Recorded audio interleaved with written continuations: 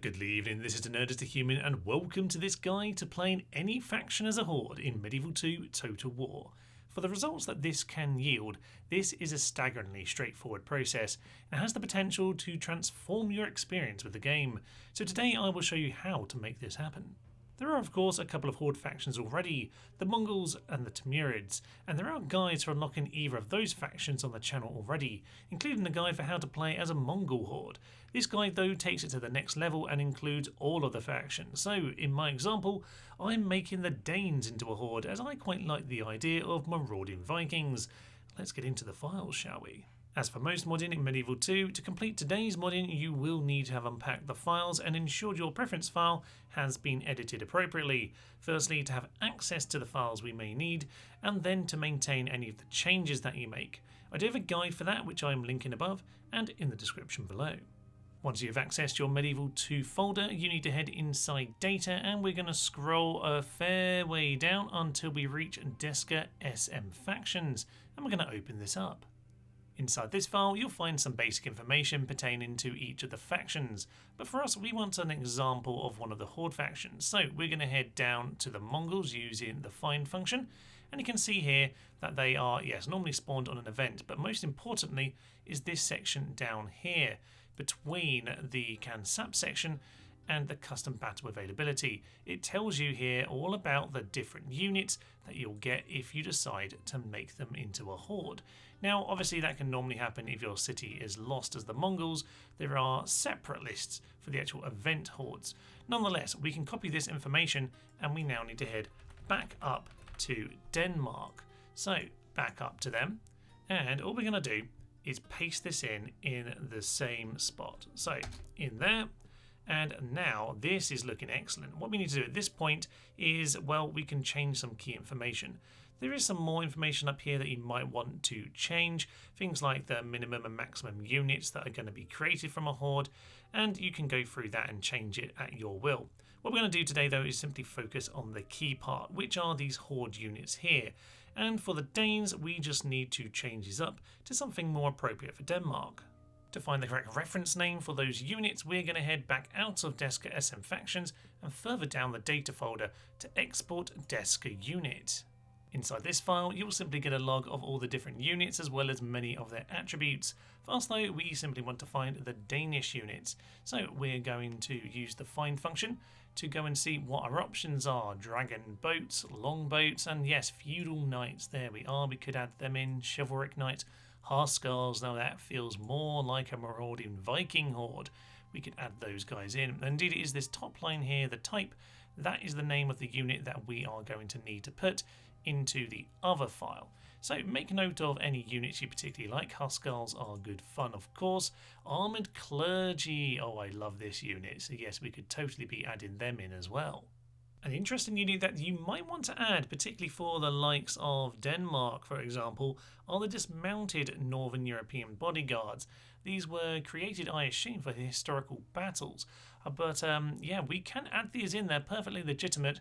It's just that they're not normally actually recruitable. So I'm going to make note of that name, and we'll throw some of them into our marauding army. Back inside Deska SM Factions, and you'll see that I have filled in all of these units here with some Danish equivalents, giving us a nice balanced force. Now I've got a few Viking raiders here, and that just basically means we're more likely to get those units than say one that has one listing.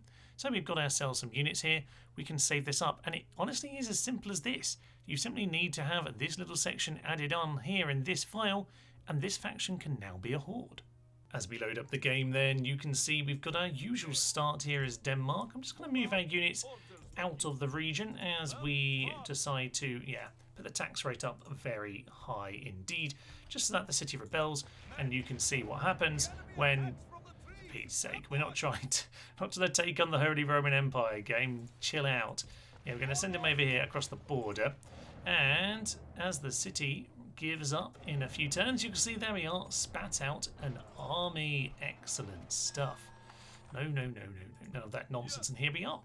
A beautiful, beautiful army that's been spawned to us. The only reason I sent us out of the region, by the way, is that if he's in the region, if you have other generals there, they will just spawn into those armies. I wanted to point out, yes, it's jumping out of the city. So there we are. We have ourselves Norse swordsmen. some axemen. We have ourselves dismounted Huskars, Norse archers, Viking raiders. Not many actually. We've got quite a good little selection of forces here. Bodyguard, oh yeah, good fun. 2 hit points on those lads. No general created out of it because it's not set to be a general unit per se, but a fun unit to throw on into battle. So there we are a horde, and at this point, if we wanted to, we could go in, you know, try and burn down the city actually that we just ran out of. So let's end our turn. Let's head on into Aarhus, and as we take over the city, you'll get the option to sack it. Indeed, we are a horde. Let's keep on moving on, lads. Let's keep on moving on.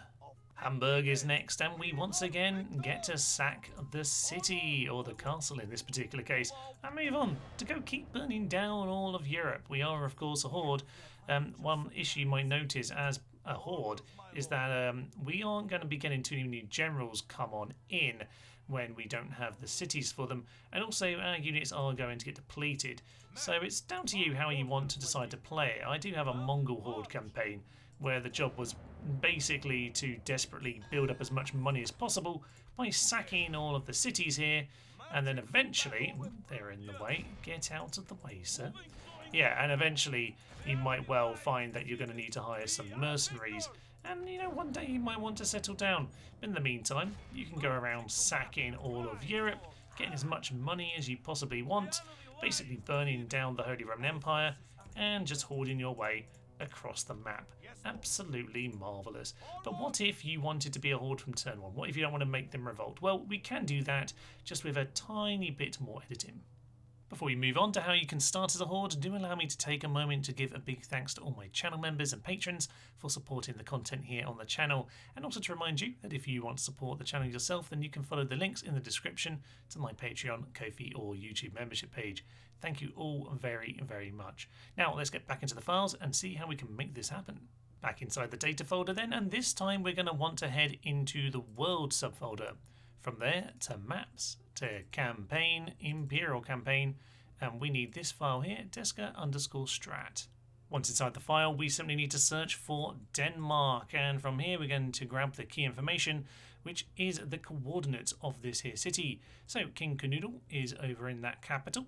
So we're going to copy that over there, and importantly, we're going to change it very slightly. In this case, I'm just going to move him across just 1 tile to the left. That means that there's now no one in the city. We're not actually going to give away the city per se. What we're going to do is the little trick we did for the Mongol hordes, which is basically to give the city to someone else by dumping some troops in it. So we need to find a beneficiary for that. Now, we can't actually give this to the rebels for some reason. I don't know why. The game won't do it.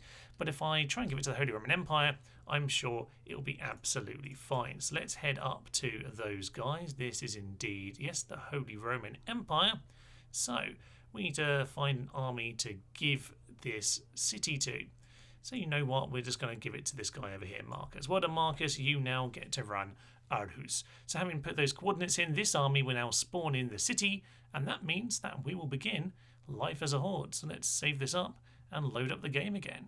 Here we are then, the game has loaded up on turn 1, and King Canoodle is 1 tile to the left as we set him out to be. Now we're actually not at war with the Imperials here. It doesn't make that happen, which is intriguing, but we can of course attack him immediately if we want to do that. Now the disadvantage of doing it like this is basically all that work you did to set up which units would appear in a horde is no longer really relevant, because you're basically starting off with what you've got rather than the horde army popping out. However, if we are to attack this city, put it under siege, and we'll just kind of give ourselves a bit of a situation to work with and understand exactly how the mechanics are working here. So if we go and head on in, we can of course hopefully win. We won, excellent. Now if we choose to occupy the city, that's absolutely fine. We can go and occupy it, marvellous stuff, and we're just going to do exactly what we did last time. We could do it this way, just to, you know, get ourselves a spare army for no particular reason. We'll just keep it ticking over a few turns until it gives up on us. Just make sure we grab Stevie McGee out of the city. Doesn't seem to exist. There he is. Come out of the city, sir, and let it rebel. And you can see our armies are being topped up a little bit here. because we've got the Horde units again. Here we are, Norse Axemen, Norse Swordsmen. We got less units this time. And that's in part because the size of the city, the amount of population, does influence how many units pop out of it. So yeah, we can see this time we got far less troops for our troubles. Whichever way you decide to start the campaign, you can, if you go down to your final city, simply become a Horde. I don't know that many people actually lose their final city when playing Medieval 2 Total War, but it is an option by playing it this way. However, there is one problem I have found, which is if you decide to settle a city and then you become a Horde again, the next time you go and take a city, you won't get the option to remain as a Horde. Basically, once you've chosen to settle somewhere, you're basically choosing to be a settled faction. So if you want to be a Horde, you need to continue hoarding until you find the right city. After that, you're not really going to have many more choices. You're going to have to go and be a normal empire. It's a little bit frustrating, a little bit of a limitation, but if you want to be a Horde, then go and be a Horde. I've tried to find a little fix for this because when I played the Mongol Horde campaign, there was a fix for this by throwing in a script of a random army popping up way later in the game, and for some reason this seemed to allow the Hordes to continue.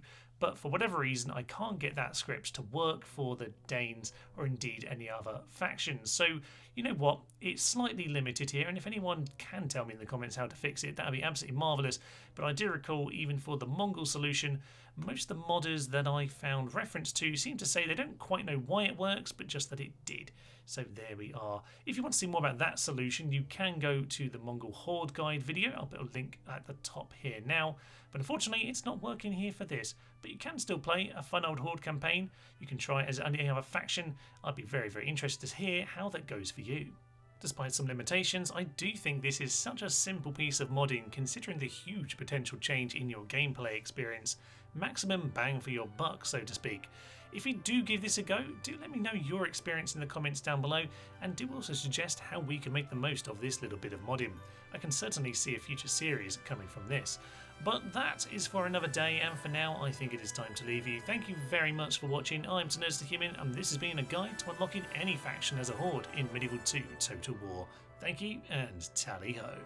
Send in the camels, those shiny, smelly camels. Oh, the anarchy loosed upon the world, apart from over here where we're kind of routed. Stupidity got us into this mess. Stupidity will get us out of it, damn it. We'll have a last stand at some point.